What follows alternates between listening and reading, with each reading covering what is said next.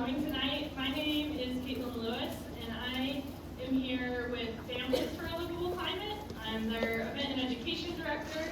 I'm super excited to be in Billings.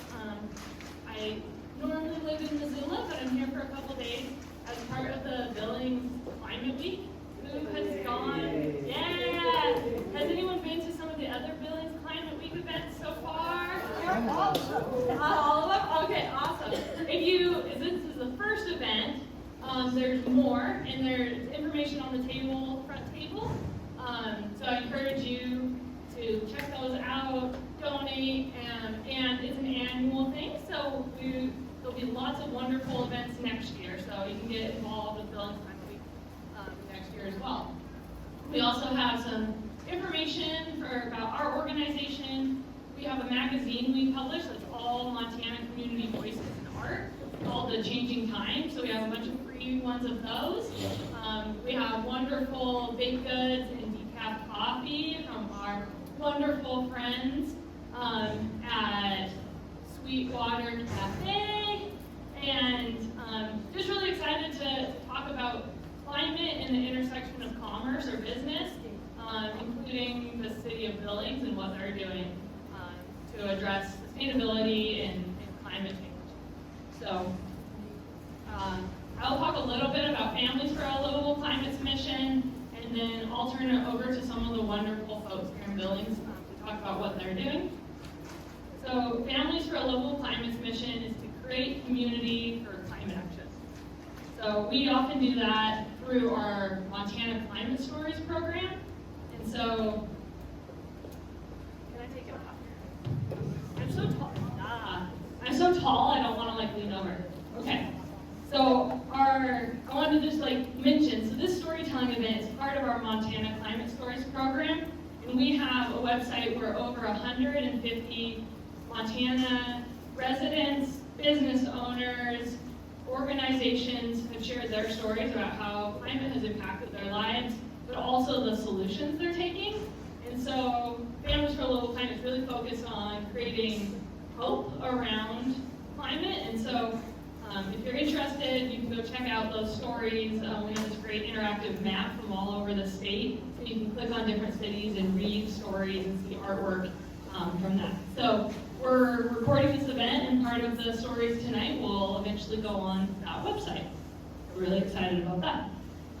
I think the thing I'm most excited about is that we're talking about businesses and organizations, and businesses in an area often represent the shared values of the community. And so by talking about all the wonderful organizations that are addressing climate in their own unique ways, it really highlights some of the amazing folks and work that are happening in the Billings community, and hopefully it can inspire others to do the same. So the goal of this event is just to build community, spark connection, inspiration, and then conversation. So we'll hear from some people, and then we'll have a chance at the end that you can ask them questions. So we're going to try to keep it fairly informal, personal, and while they're speaking, remember your questions, because at the end there'll be a chance to engage and talk with them.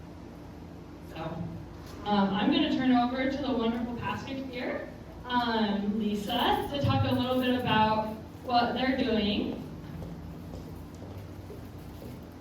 Sorry, Lisa.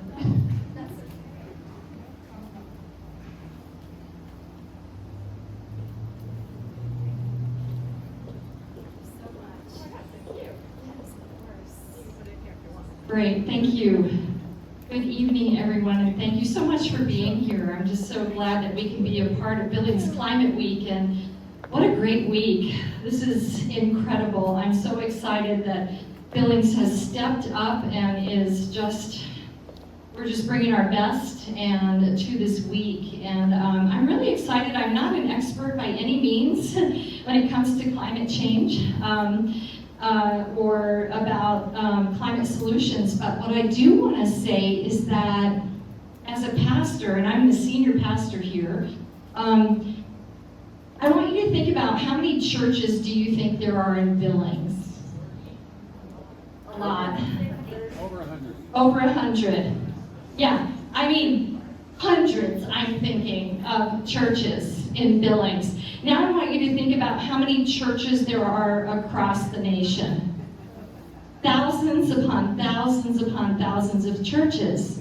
And churches, I think, have a place in the conversation. And if you think about how many people on Sunday or Monday, Tuesday, Wednesday, Thursday, Friday, Saturday in this building and Sunday that we reach, if you think about that reach across the nation, that's a lot of people that we can bring a message around climate and climate solutions and climate crisis. So it's a really important thing to be in a pulpit. It's a really important thing to be able to spread a message and get people talking about these things. And so what we've done here at Billings First Church is we have, I've had a series on creation spirituality. Maybe you've heard of creation spirituality, the idea that the divine permeates everything in the created universe, and it kind of reframes things for us. So I've done a series on creation spirituality, but what I really want to talk to you about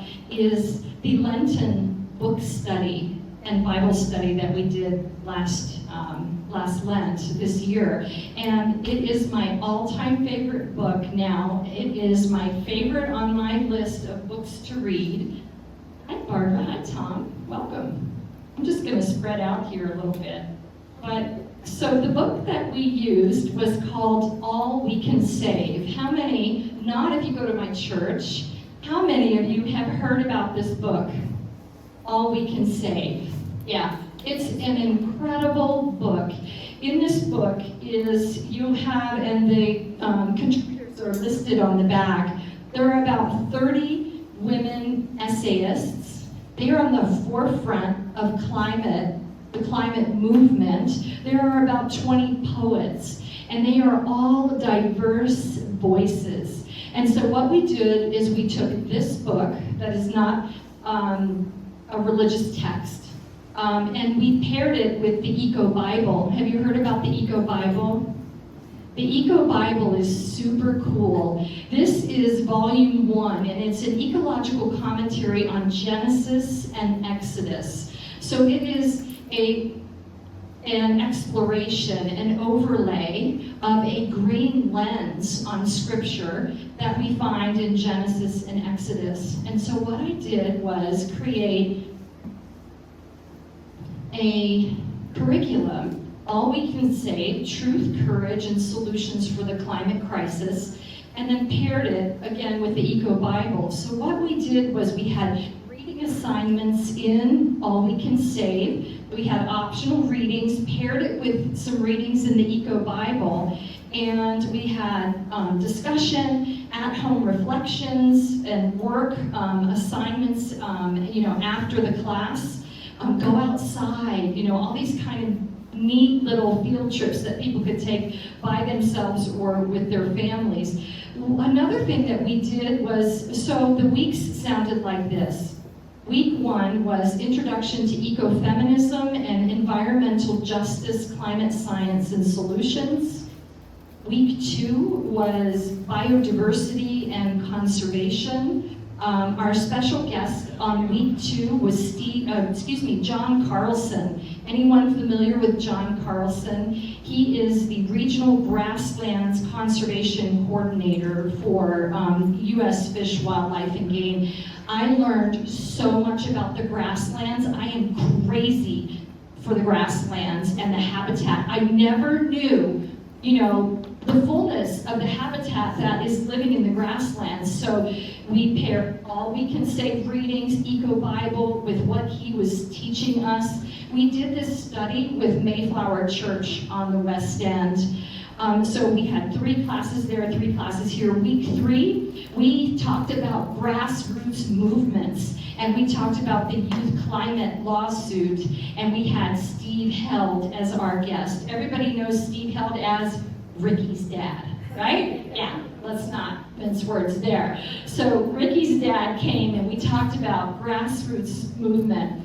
Our next session, eco-poetry and creative expression. We wrote, there was photography, another of our sessions, community action and empowerment. So you can see that here in the pulpit, here in your churches, you can have these conversations. And, you know, of course they are political conversations, but we don't have to be partisan, right, in these conversations. And so I just wanted to share, you know, that with you, that I have enjoyed so much, these two resources. The other thing that I do is I'm part of an eco-preacher kind of group, if you will. And this was created by the Reverend Dr. Leah Sade.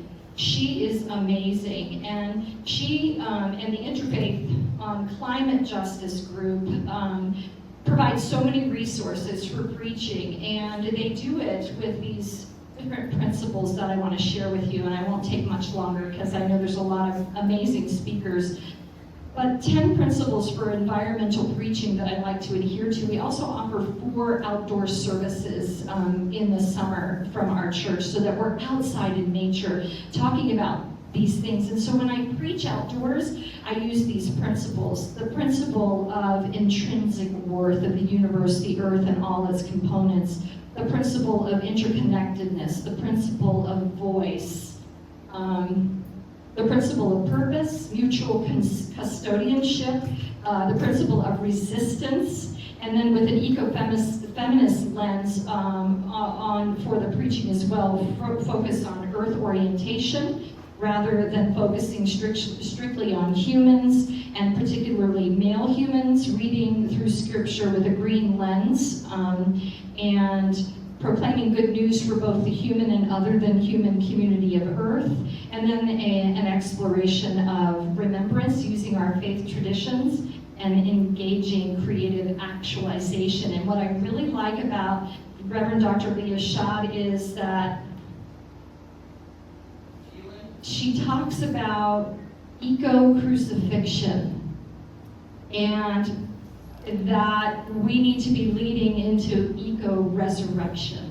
And for us, that really resonates as faith leaders. And so I just wanted to share that little bit with you, the little piece that we're trying to carry here through Billings First Church and some of our other faith leaders in the community. So thank you so much.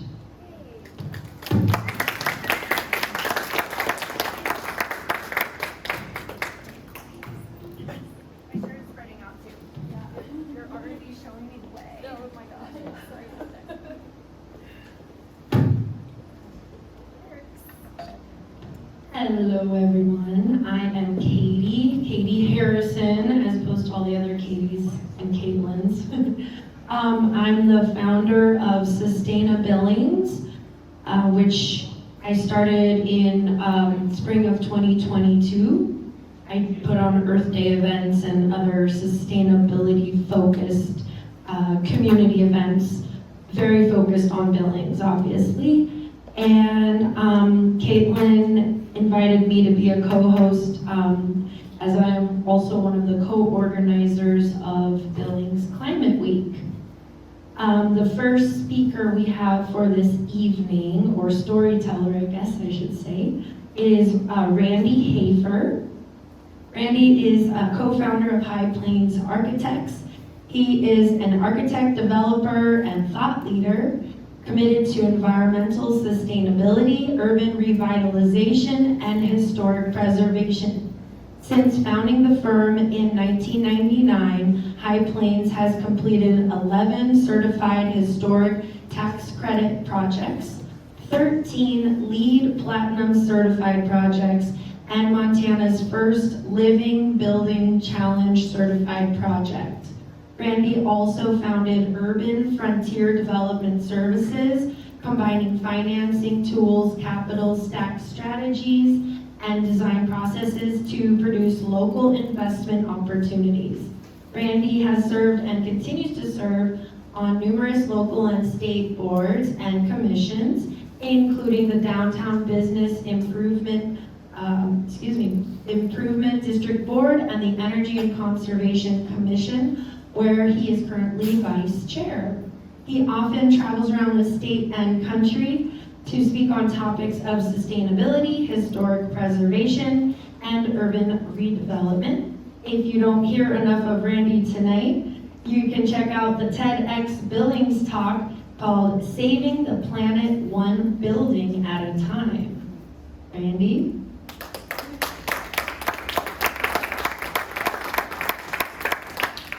Thank you, Katie, and welcome everyone this evening. Can you hear me? Now, okay, so I gotta stick this in my mouth. I will try to do that. If I'd been really organized today, I would have at least one image on the screen for you, but I'm not. It's been kind of a crazy day, so you don't have it. But I'm here to talk to you a little bit about our house, the Urban Frontier House. How many of you know that, where that is? We're just a few blocks away. Okay, so these are going to be tales from Urban Frontier House. A little quick bit of background is that I'm in year 51 of my sustainability journey at this point. And because for me, it all started in California in the early 70s when we had the first energy crisis. And having just come from Montana to California, this notion of limits had never occurred to me. And we went from gas being cheap at 25 cents a gallon, it was cheap even then, to not having it. And in California, you couldn't get anywhere without a car. So it was kind of an amazing wake-up moment for me. And I was also just starting my architectural education, so that became my focus and continues to be my focus since that time. It's been kind of a trek through a desert for many, many years, but we're at a place now, of course, where it is a serious crisis and people are starting to pay attention. But the reason I want to talk about Urban Frontier House is because that is really a moment as far as we've been able to push sustainability, but really does show that it's possible to live on this planet, in this place, pretty extreme climate. Just in the past couple of years on our weather station, temperatures range from minus 28.7 to plus 108.5. And our house over here doesn't have a heating system or a cooling system. So we can make it work. My inspiration in many respects are the indigenous peoples that lived here before we did, because they didn't have any outside inputs, and they managed to make it work. So I've tried to take lessons from that. We also pay a lot of attention to, well, as they did as well, we paid a lot of attention to what is the climate, what is it like, how does it work, what are the seasons, what are the highs and lows and all that stuff, when do we get rain, where does it come from? And of course, it's all highly variable, but we managed to make a house that, it is the living building house, anyway, that was mentioned by Katie. But when we started to design this house, we set out 8 goals that we wanted to achieve. First, it had to be on a small urban lot. It's not something out in the country. We already got generators and wells and all this kind of stuff. Small urban lot, 50 feet by 140 feet.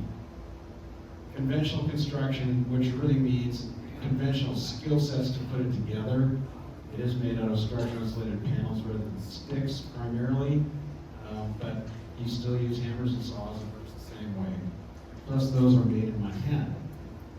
The idea was that it had to be completely sustainable, which meant to me that it had to be completely disconnected from any outside inputs. Everything needed to happen on site.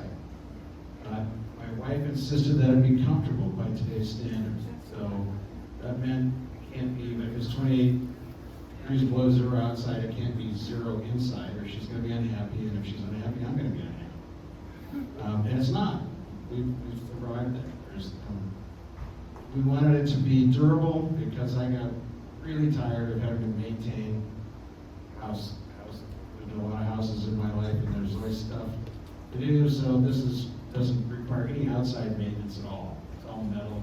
It lasts a long time. It needed to be something that is what we call at times simple to operate. In other words, if you needed to be a rocket engineer, then forget it. So, because I'm not, I couldn't do that. So that was a very important part, and one of the tales I'm going to tell in just a minute has to do with that. But I also wanted to be scalable and replicable. That's important because it was never intended to be a one-off. I wanted to see if we really can do this in a relatively straightforward, conventional way that people can actually live in this place. I think we've pretty well achieved all those goals. So just a few quick metrics. just ask anybody to guess how much our water sewer bill is from the city every month. 0. Thank you. How much is our gas bill? 0. We don't have gas. We don't burn anything. How about our electric bill? $4.20 every month of the year. And that's only because we're hooked to Northwestern. That's going to end soon. We're going to have a big party when that happens. Because at that point, then we will have no outside inputs that are perceived to be critical to the maintenance of life. We won't have any of that. And we will still be alive. So that's all good. One other bill that we do get from the city is the solid waste.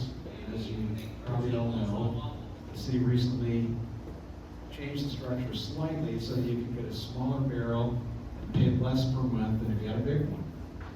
And so now I'm pushing on Ed, others at the city council, to move to a paper throw instead of, because the assumption is that your trash can is going to get picked up and dumped every week. But we only take ours out once every 3 or 4 months.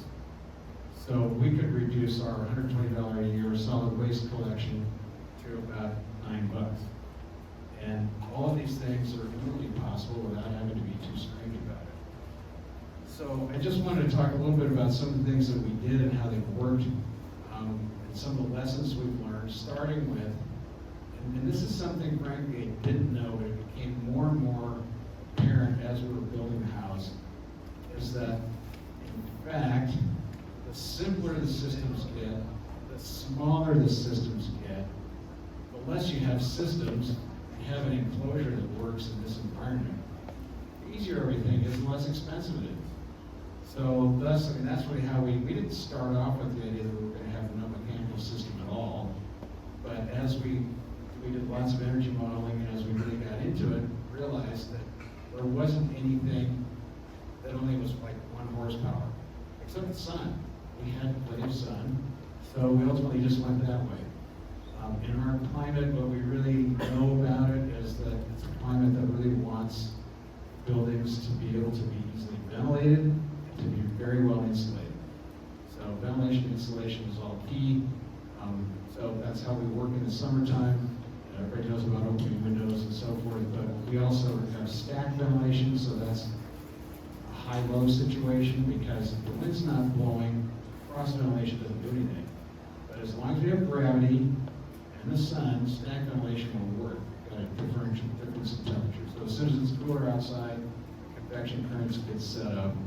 We've combined that with a miracle product that we found called phase change material. And phase change is like ice.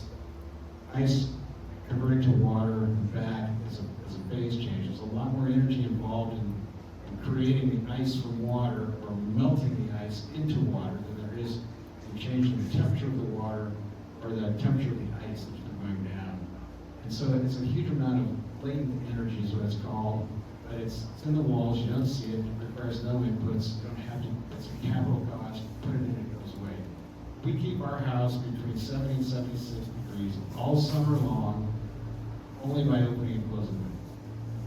It's the phase change is really what gives us that capacity to kind of level out the temperature changes within the house. So things like that that are really simple are really great. We also learned, for example, all of our water comes from the sky, but we have to store it, we filter it, we disinfect it, and so the disinfection is done with a UV lamp. And when you buy one of these little units, it's got some filters and a UV lamp. And conveniently, it comes with its own cord because they assume you've got a plug-in for it, which is true. We had one, but then I got to thinking about the fact that it's designed to operate 24/7, 365, which is 8,760 hours a year. At 14 watts, which is the lamp wattage, it doesn't seem like much, but you add all that up over that many hours, and that's a lot of energy. But if you're producing all your own energy, that suddenly becomes a huge drag because I couldn't put a big enough system on the house just to run that lamp. So we did some clever things and figured out a way that we could with some controls that work with our gray water system. Anyway, it works now so that the pump only turns on, and the UV lamp only turns on when the pressure tank gets to a point where we're soon going to be standing in a shower with no water. My wife hates that. And so that's one of the first things I had to figure out. Anyway, but by doing that, because our pressure tank holds about 8.5's worth of water, we've reduced the runtime on that pump from 8,760 hours a year to about 100. So it was a 99.5% reduction in energy consumption just by rethinking the problem. And the more that we got into this, we just realized that since our whole system is geared towards complexity, expense, consumption, waste, and we don't have to do any of those things. So again, we've managed, but we have plenty of water, all that falls from the sky. We use, on average, about 10 to 20 gallons per person, each of us, a day, as compared to the Billings average of about 100 gallons per person per day in winter, and roughly 140 to 160 gallons a day when we include irrigation. Our 10 to 20, though, includes irrigation. So all of our water, every molecule is used at least twice, some more than that, but all of it ultimately is used for irrigation. And so that no water leaves the site. And there's plenty. There's plenty. I mean, we could fill our tanks up once a year with 3.5 inches of rain. We have enough stored water to go more than a year. So 3.5 inches would be 50% of what's currently the lowest recorded rainfall in Billings. So there's plenty of water here. I mean, we can make this work. And then of course that does result in a $0 bill. On the energy front, one of the really interesting things that we tried, and we didn't know really how this would work, but we have a hybrid DC, AC microgrid in our house. So all of the lights, ceiling fans, and some of the pumps are all DC, direct current. So that means that the power coming off of the panels as DC power can go directly through some DC batteries into the lights, 100% efficient. And what it really tells us is that Edison was right all along. Tesla blew it. Because with distributed energy, we can have a DC system. And the systems are way simpler. So if you look into you can see inside the base of an LED light bulb that goes in an AC socket, which is most of them. There's all kinds of little electronics stuff in there. That's what it takes to convert it. Because it's DC, it doesn't want to be AC. It can't be AC, it doesn't work.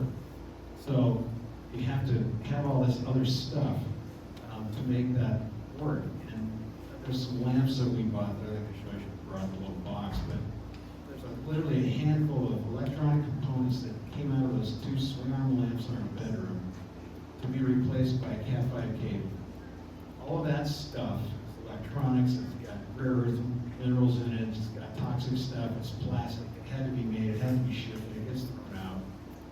We don't even need it.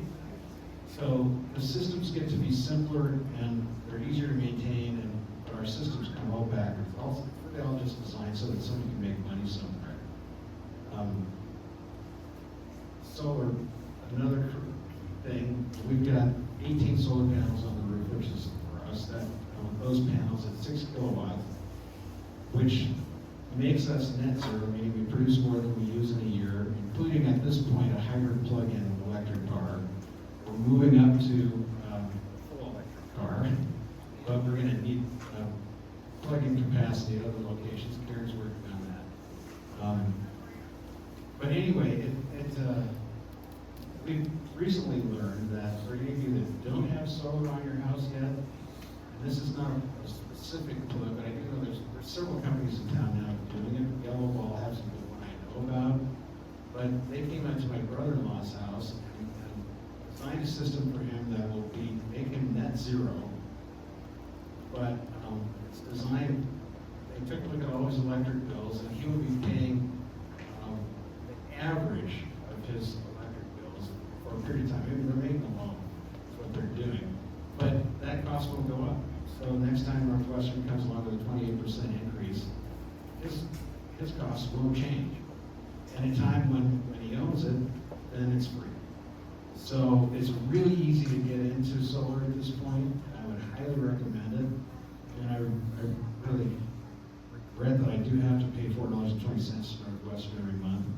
But we're going to get over that pretty soon. But I would also suggest that 420 is way better than 420 that I'm sure some people run into in the summertime with air conditioning. Some other easy things to do.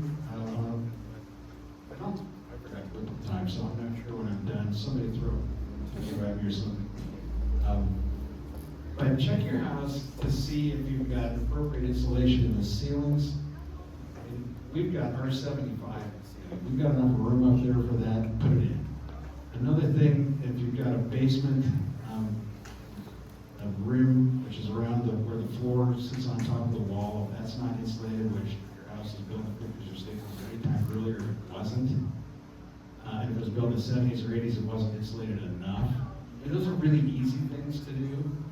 The other thing I recommend is having a blower door test done of your house, because more than likely, even if you don't have a well-insulated house, still the biggest heat loss is just from leaks in your house.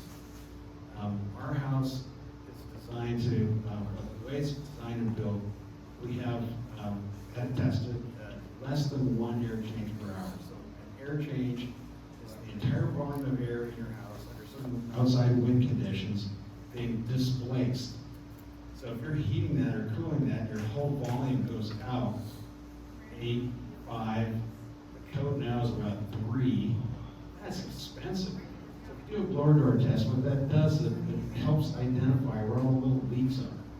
And many of those are very easy to take care of. A little bit of caulking, hole in something, plug it, and you can make a huge impact at not great expense on your energy bills. So let's see what else. Solid waste, as I mentioned, we only take our trash out. And this, frankly, is not going to save you a lot of money now, but this just to get you prepped. And then you can all come lobby with me to the city. Because we're not doing anything extraordinary. We do work with their first aid. They recycle the metal, the cans, the paper, cardboard, plastic, glass. And they pick it up every 2 weeks. So that takes a huge amount out of the waste stream. And they only pick up stuff that they can do something with. They used to take plastic bags, for example, which they don't do anymore because after that, they're not going anywhere. So I trust them. And of course, the city is also picking up cardboard now, and there are other private companies, Republic, I think, and maybe Waste Management, maybe Forward. There's some others that you can take recyclables to. We compost a lot. Both inside and outside, we have composting toilets. That's how we get away with no sewer charge. And again, that's really easy to do. If you do it yourself and do it outside, you can use all that compost on your gardens. We try to pay attention to what we buy. I'm not going to say we're real militant about it. We probably should be, but packaging becomes the thing that you go and the thing that you want is 16 layers of plastic, foam, and cardboard. And I just wish it wasn't. But at least we can recycle a lot of that, and so we do. And anyway, so that gets us down to, we're going to take the trash out of the house every 3 weeks and the can to the alley about every 3 weeks. So when we get to the paper throw, that's going to save you a lot of money. If you're already doing it, it'll be real easy. Okay, so that's probably my time. I'll turn it over.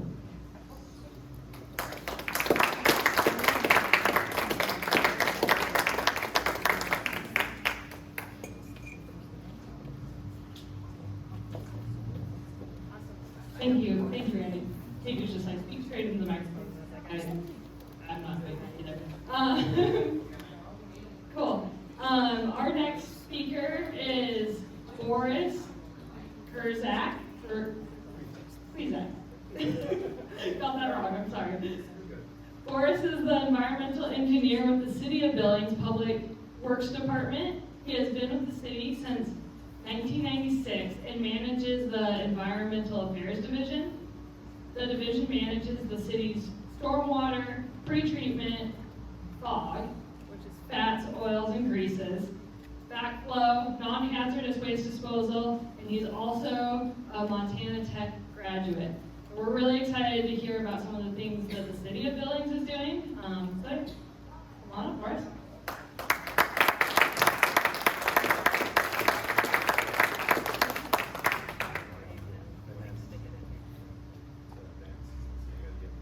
Oh yeah. How do we advance slides?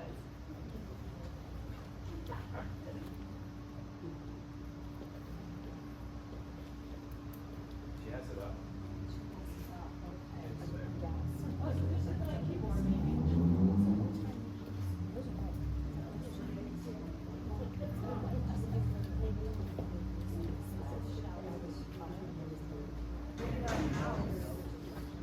There's a mouse up there too on the stage.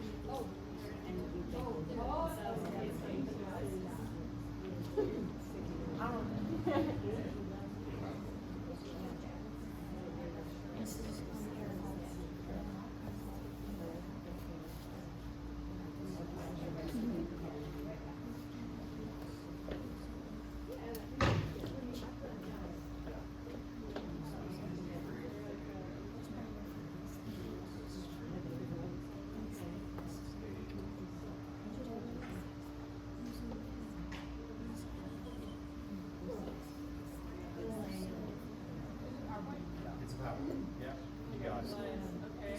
You're gonna have to maybe this. Is that it? That's it. Yeah, but I don't know how to go next. Well, I think I should know.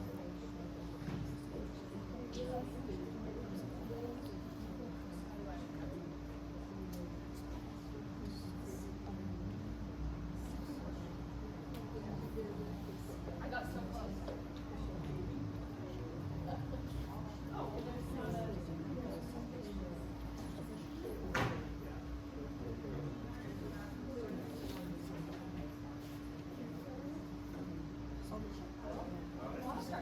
I can start.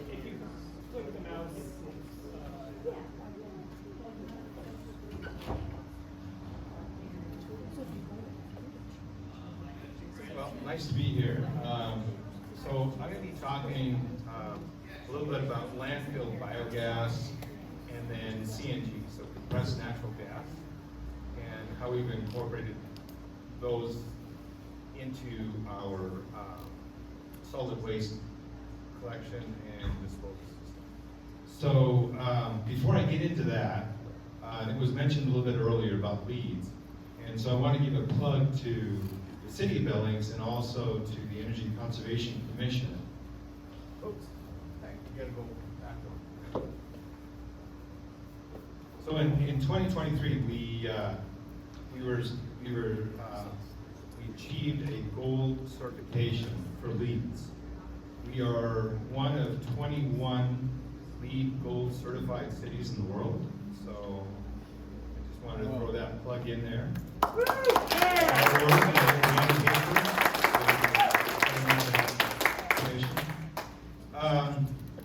So I'm going to be talking. Where do I go? Left foot. Yep. Okay. Got it. All right. So I'm going to be talking about the landfill. So do you all know where the landfill's at? Okay, Yellowstone. So we have 842 acres. We take 340,000 tons a year of trash, and we put that in construction, debris, municipal trash, asbestos, those types of materials, and so it keeps our solid waste collection guys pretty busy. In 2008, the City of Billings partnered up with MBU to execute what they call the Landfill Gas Sales Agreement. This was kind of innovative because at the time, we were not required to collect methane gas from the landfill. So we were kind of forward thinking with that. So the picture I have behind me is the building to the left, to the right, is the plant that was constructed in 2010. So we've been running this plant since 2010. that little candlestick on the left-hand side is what we call our compliance flare. So we just completed that this year to be in compliance with Title V EPA regulations for our landfill. So this has been, like I said, running since 2010. The city of Billings was required, is now in a regulatory format now. That happened in 2019 because we hit a threshold on our gas production from the landfill, and that was what they call 50 megagrams per year of non-methane organic compounds. So basically what happened was, prior to 2019, the gas that was collected by MDU and then injected into their distribution system was basically green energy. And so it was getting a higher market value. Once we hit the regulatory threshold, now we're required to capture that gas and either flare it or do something with beneficial use with that gas. So as a result, this gas collection system, this is an image of the lines that we have in a section of our landfill. So there's horizontal pipes, there's vertical wells. We have approximately 75 vertical wells, over 20,000 horizontal collection wells in this system. When it's all built up, we'll probably have over 200 vertical wells collecting gas from our landfill.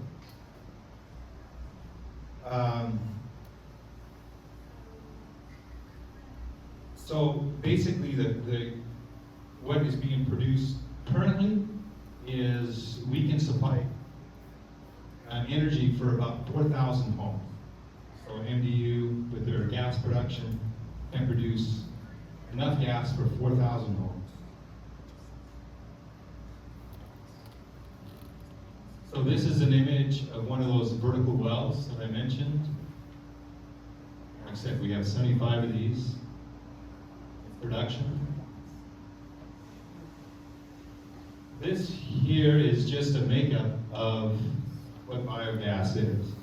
So 50 to 75% methane, carbon dioxide 25 to 50%, nitrogen, hydrogen sulfide, and oxygen. So basically what MDU does with their plant is they strip out the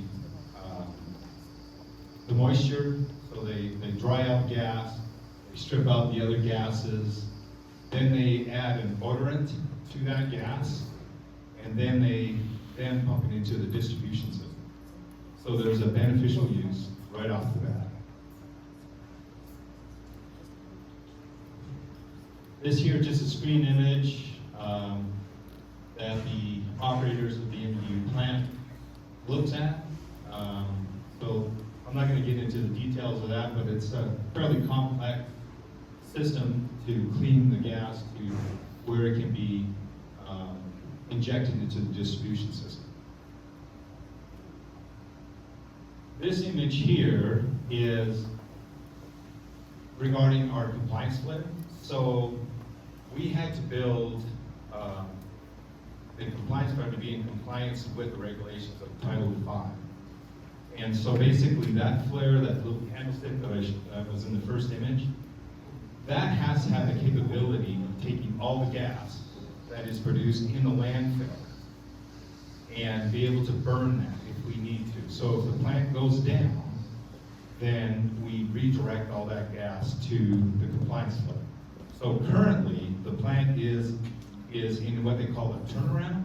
So basically, they're just rebuilding the blowers and other components. And so the gas that they were collecting is now directed to the compliance flare. And that image that I showed you with the compliance flare and the plan, you can't even see any smoke. It's like 98.5 destruction efficient. So it's a very clean burning candlestick. So here's another image. Basically, we are collecting at this time through that compliance flare 357 cubic feet per minute of gas into that compliance flare. So it's fairly significant, and it shows us what our methane concentration is. So if the methane drops below 50%, MDU can't use that because our plant can't handle it below 50%. So then it would be directed to our compliance flare. So the percentage of methane is very critical in the operation of the MDU plant. Not so much for the flare. We could run it down to like 40% with our compliance flare. Because basically we're just burning it. Not that we want to do it for very long, because there's money being generated when that gas gets pumped into the distribution system. So the city of Billings has basically received about $500,000 in royalties from those gas sales. So to date, we've received over $4.6 million in gas sales due to having the MDU plant in the system. So I thought I'd just get into CNG. So we have, so it's compressed natural gas. So the city has 14 garbage trucks that run on CNG. So we have a total of 62 garbage trucks in our fleet. 14 of those are CNG. Mixed bag as far as the costs, comparisons between, and which has the pros and cons between the two trucks. So a CNG truck costs about $250,000. A diesel truck is about $200,000. Unfortunately, when we are to sell one of these CNG trucks, the salvage value is near zero. On a diesel truck, we can get $30,000, and that's after running it for 13,000 hours. So we have a threshold that we try to hit with our trucks and not go beyond that, so that we have some type of a salvage value. But the CNG at this point in time does not have that salvage value. So there's a $70,000 cost difference if you look at the initial cost plus the salvage value between a CNG and a diesel truck. The other thing is we have a separate fueling station. So this is a CNG fueling station at the Billings Operations Center. And there's 14 stations there. And so in fueling these up, it takes almost an overnight to fill them up completely to get up to the pressure that it needs to. So these trucks need like 3,500 PSI and enable to run, say, the 50 miles a day that is required for these trucks to do their routes. In some cases, these CNG trucks can't make it, so we have some routes that are even further than that, 70 miles a day. And those trucks can't make it, so they have to come in, refuel, and it takes about a half hour to get it to a point where they can finish the route. With filling a diesel truck can do our longest route without coming back, but to fuel a diesel truck takes about 5 minutes. So just some pros and cons between the two systems. Maintenance between the two is fairly comparable for the life of the vehicle. And the one thing with the CNG trucks is that they are, if you have to do an engine replacement and or cylinder replacement, very expensive. So you're talking anywhere from 10 to 65,000. So it does get pricey. So it depends on which mechanic you talk to, whether they want to work on a diesel or they want to work on a CNG. But with this particular fueling station that we have, it's the only one in Billings. So MDU doesn't even have a CNG fueling facility here in town. And that's basically the end of my talk. These guys hang around quite a bit at the landfill. So if you want to look for some eagles, you can go up there.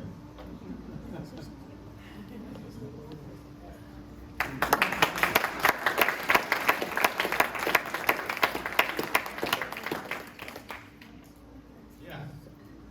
What's the difference in the output, the exhaust output?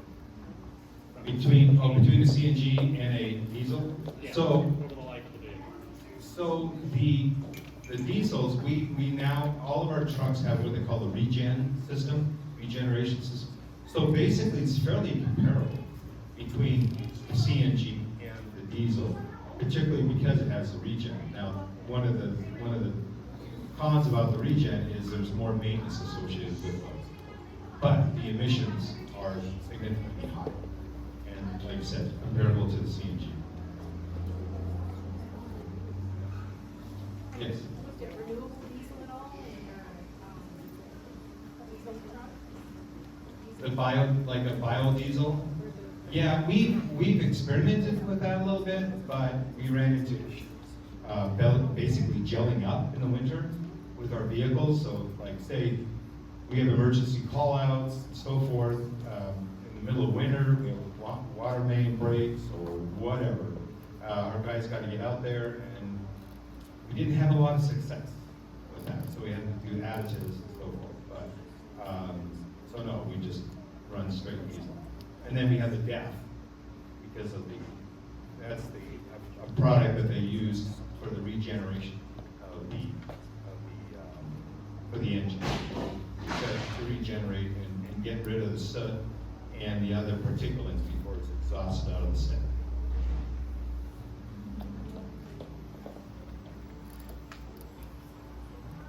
And we will have a little bit of time at the end as well if you guys do have some more questions by then. And you can ask any questions of any of our speakers at that point as well.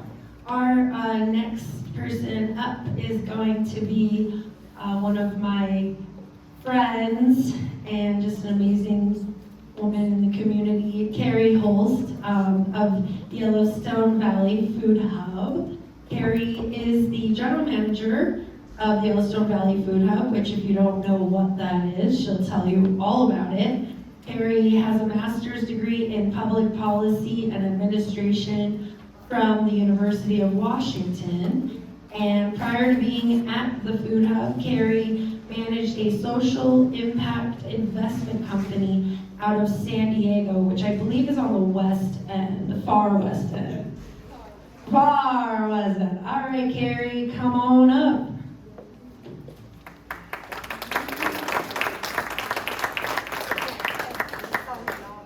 Yeah. Thank you. Wow, I'm a little in awe of the technical expertise that preceded me. I'm happy to share a little bit about myself and my experience at the Food Hub. But also, I had a bit of a hectic afternoon as well, and I left my notes inside the Food Hub building, so these are on my agenda. And kind of on just off the top of my head. So I'll share a little about me, kind of how I got here. So my journey in thinking about the environment and fighting climate change as an individual came when I was in college. I was doing some food rescue from grocery stores and getting it out to social services, right? So like ugly misfit fruit that they can't sell at the fancy grocery store, but you know, some social services will take them, people will cook with them. So I was doing some of that. And then I met a professor who was doing research on tomatoes, and so she had this amazing plot of land that was paid for by the university. And I said, oh, how cool would it be if we had like a campus garden, right? So like the students could grow, we could do a lot of things. And they were like, sure, go for it. You can use this half, but make sure you don't use anything that would affect our tomatoes or affect our research. And it was a really great idea, and things were going super well until I got fired because I do not personally have a green thumb. So they said, we love this for you. Thank you for your enthusiasm and your attitude, but we're going to ask you to step aside, and you can continue doing the stuff that you're good at, which is helping engage volunteers, bringing people in, figuring out what to do with all the produce that we grow. So how do we get it into like catering at the university? And I was like, the board of directors should be eating this, we should be getting it to them. And they were like, good luck with that, we use Cisco. But we somehow figured it out. And the board of directors did eat it for their annual meeting before I left. So I will pat myself on the back for that. And I think that started a little bit of my journey and how I ended up kind of into this space. I haven't always been super able to conceptualize where I fit in the systematic space of climate change, right? So how do I fight something as an individual when so much is happening on these higher levels? They're happening in administrations, they're happening led by these people with technical expertise who are doing all the things like the public works department. So where I always went back to was food, because it was something that I could control, it felt really tangible, and so that always excited me, and I always liked sharing that with other people. So I took a roundabout way, kind of after my firing and eventual success. I stepped away from food for a little bit, went to San Diego, Far West End, and worked for a social impact investment company, which was wonderful. And then I moved to Montana, which I never visited before I moved here 3 years ago. And I was driving around and I said, wow, this is so amazing. Look at all these ranches. I've never really been around ranches. And I was like, maybe I should start eating red meat again. How cool would that be? And I went into a store, and when I tell you, I couldn't find Montana beef anywhere. And I was like, well, I'm not gonna, start eating red meat again if it's not Montana beef. So I'm gonna find it. And that's how I became a Food Hub customer. And so I think a lot of people come to the Food Hub in the same way I did, kind of looking for a market that doesn't necessarily exist, or to find products that they can't find everywhere. And so that's what really excited me about coming in as a customer and then coming into the role of general manager. So for those of you who don't know, but I know a lot of you are customers, I recognize you. What is a Food Hub? So essentially, a Food Hub we view as like kind of this critical piece of the food ecosystem. So we fit in this space in connecting consumers and producers that may not meet each other in a marketplace otherwise, and we do a lot of administrative work. Again, what I'm better at, not the girl. So we do aggregation, storage, distribution, marketing, all of those components that then allow our producers to be farmers and ranchers, because they don't necessarily want to do that either. They don't want to go on MailChimp and send out marketing pictures of their product. They just want to text me at whatever random time they get out of the field that day and say, hey, I have a bunch of beans this week. Can you put that on whatever email thing you have? And it's a really, really great relationship.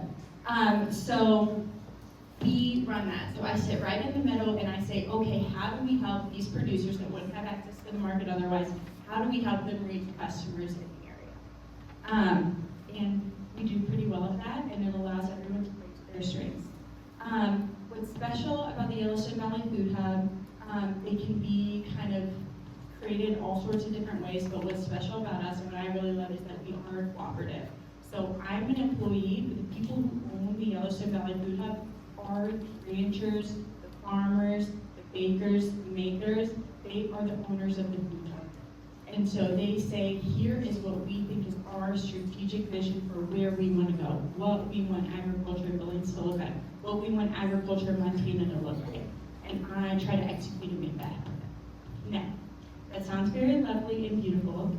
The democratic process of a cooperative, of a bunch of individual business owners with their own interests, is such a great learning experience. It is, you know, slow, it's empowering, it's like you go through the full range of emotions, right, every single meeting. But I will say, wherever we end up, it's typically probably the thing that's the best, but it is a fascinating decision-making process.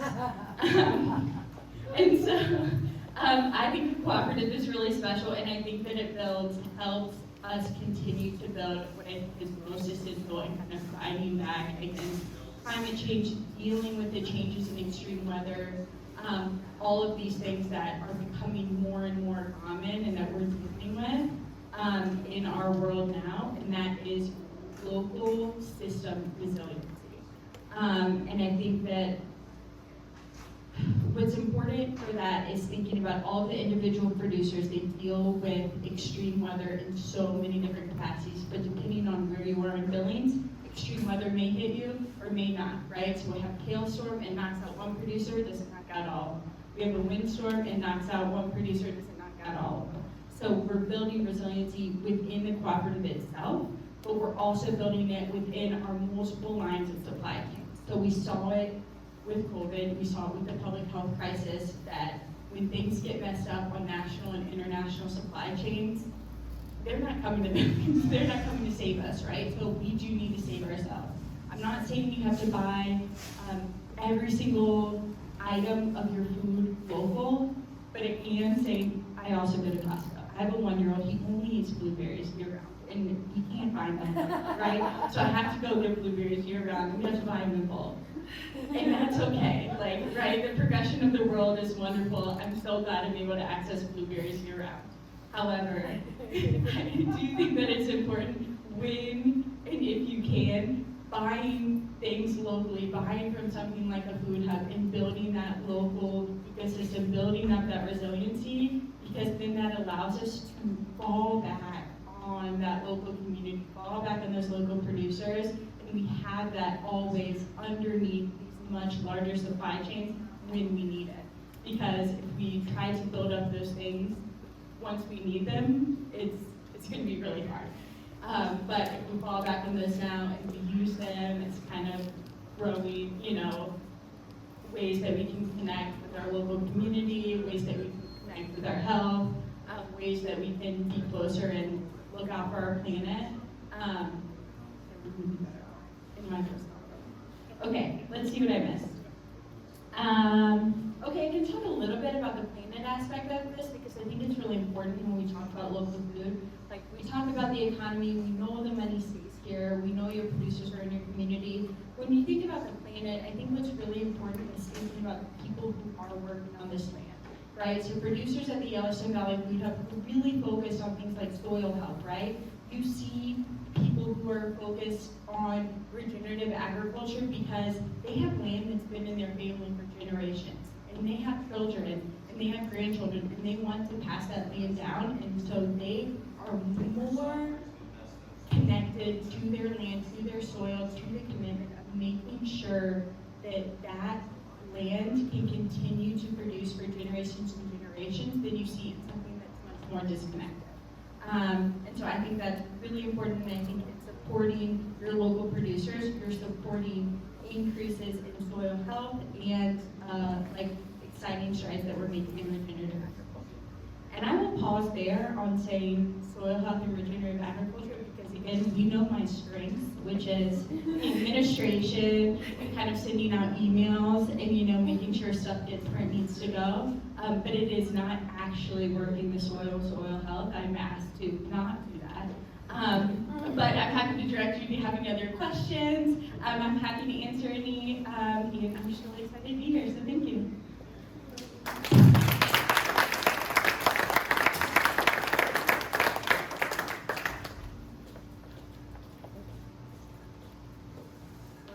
Thank you, Cari.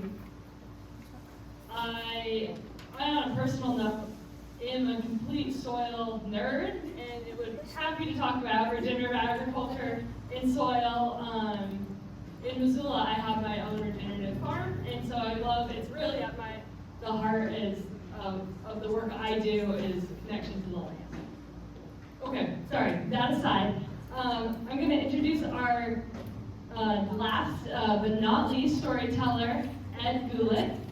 Ed is the president of High Plains Architects in Billings, where he has played an instrumental role in the firm's regional leadership in high-performance green buildings. Additionally, he is also passionate about creating human-scale places that people love to inhabit.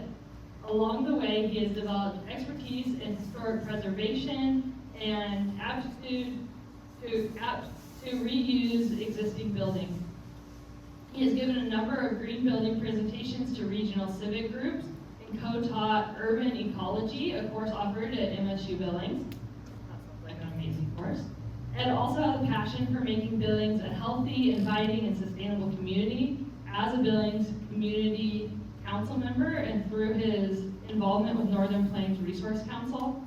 His spare time is spent renovating his 1920 Craftsman house and pushing the bounds of a car-free existence. And when his wanderlust gets the best of him, he explores historic districts and wild landscapes.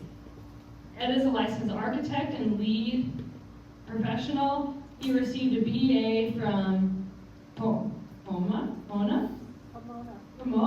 College and Master of Architecture from Yale University. It's a pleasure of hearing from Ed.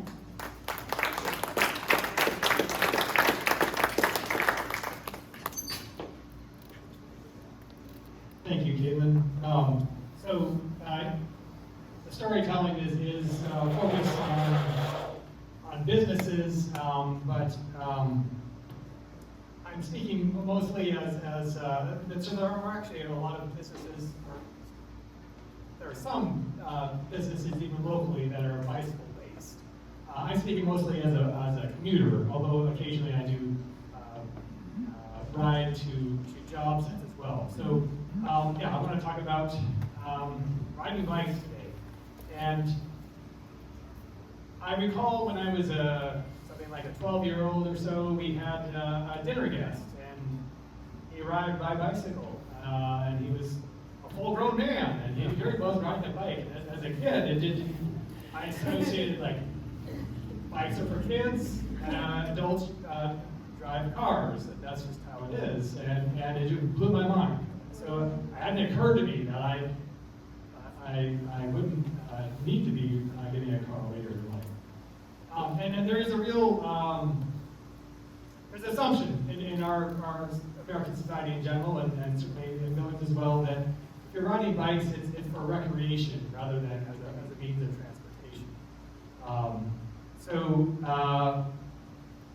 I decided that I would get a car if I needed it, but I was going to try to optimize my life in such a way that I didn't. So the default position was no car.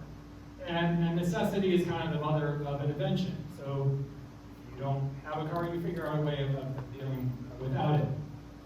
And so this was certainly part of it was my environmental values.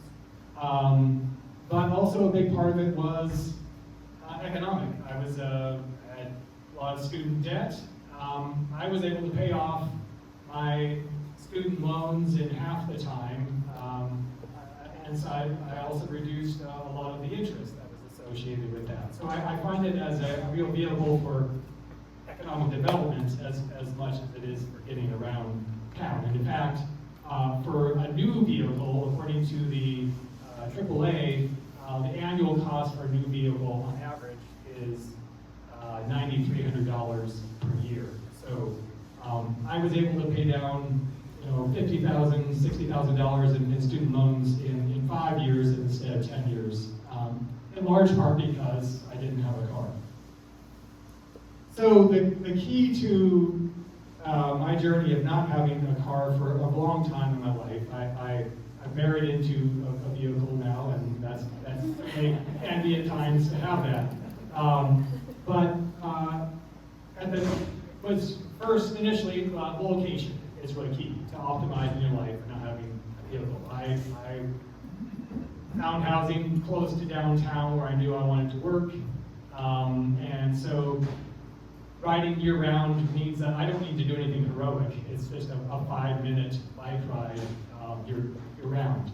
Now, a lot of people, you need to start with where you're at. If you want to consider this, you may not live close to where you need to go on an annual basis, on a daily basis, and so electric bikes can help facilitate that range, make a lot more possible than was it used to be.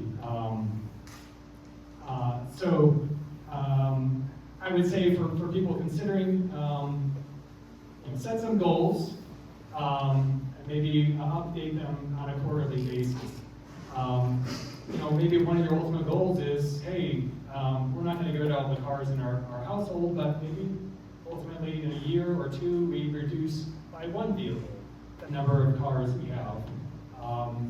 And because the real costs of driving are actually more about vehicle ownership rather than the actual cost of gas and fuel. So optimizing the life. Now, a big part of that also has to do with where you live in terms of what kind of infrastructure there is in your community. And in Billings, we've made some improvements.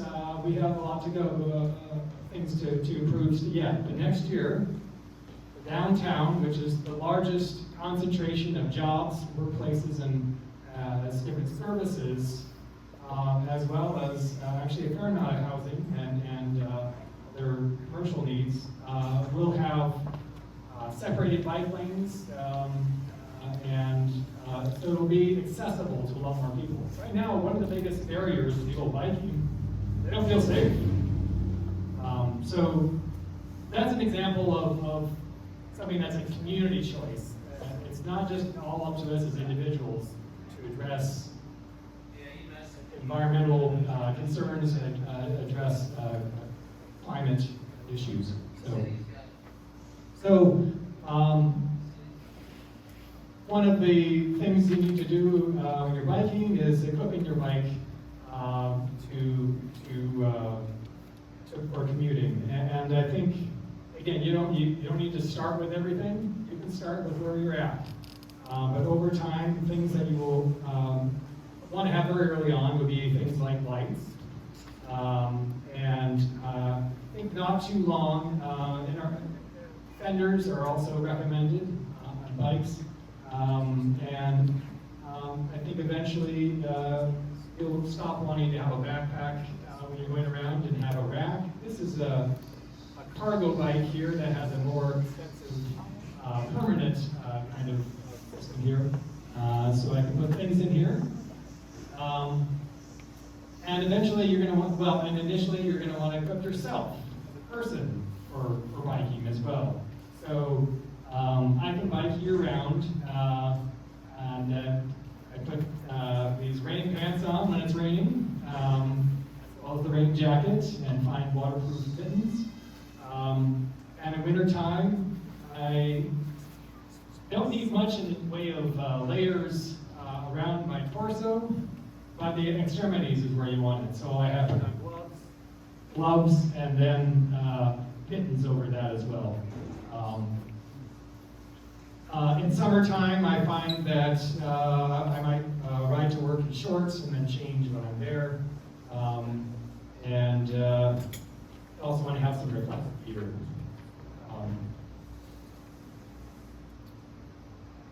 So I think another thing is a lot of people wonder, like, well, I've got it's not just me that I need to transport, I have stuff, right? And so, again, you can start with a backpack, but move to putting a rack in your bike and putting what they're called panniers or saddlebags on it. And then this is what's called a long-tail cargo bike. So it has ability for someone to sit on the back here, and so you can have a couple of kiddos or even a spouse sit back here. This one has handlebars as well, pretty handy. And you can do that with, there's 2 of these bags, I can carry 4 shopping bags, canvas shopping bags of groceries as well. So, and then, as I mentioned, I'm modeling my house. There's a lot of construction materials, right? What do you do about that? I know I've seen a lot of pickup trucks out there that have various scraps in the beds. But there are some people who get a pickup truck and say, well, what if? You know, I need this. I do have a cargo trailer. I love the challenge of finding, see how much I can carry, how much I can pull. And so I've done, full sheets of plywood and lumber and lots of bales of insulation. I didn't bring any of those photos with me, but I collect them. It's kind of, it's fun to see what I can do. And so there was a bunch of concrete blocks that I also carried on that trailer as well. Short of that, not everyone shares this passion for seeing what can be done as I do. And I didn't carry everything that I've used in the, when I've been remodeling the basement, I don't know how many hundreds of studs and about 70 sheets of drywall. I did not haul that with my trailer.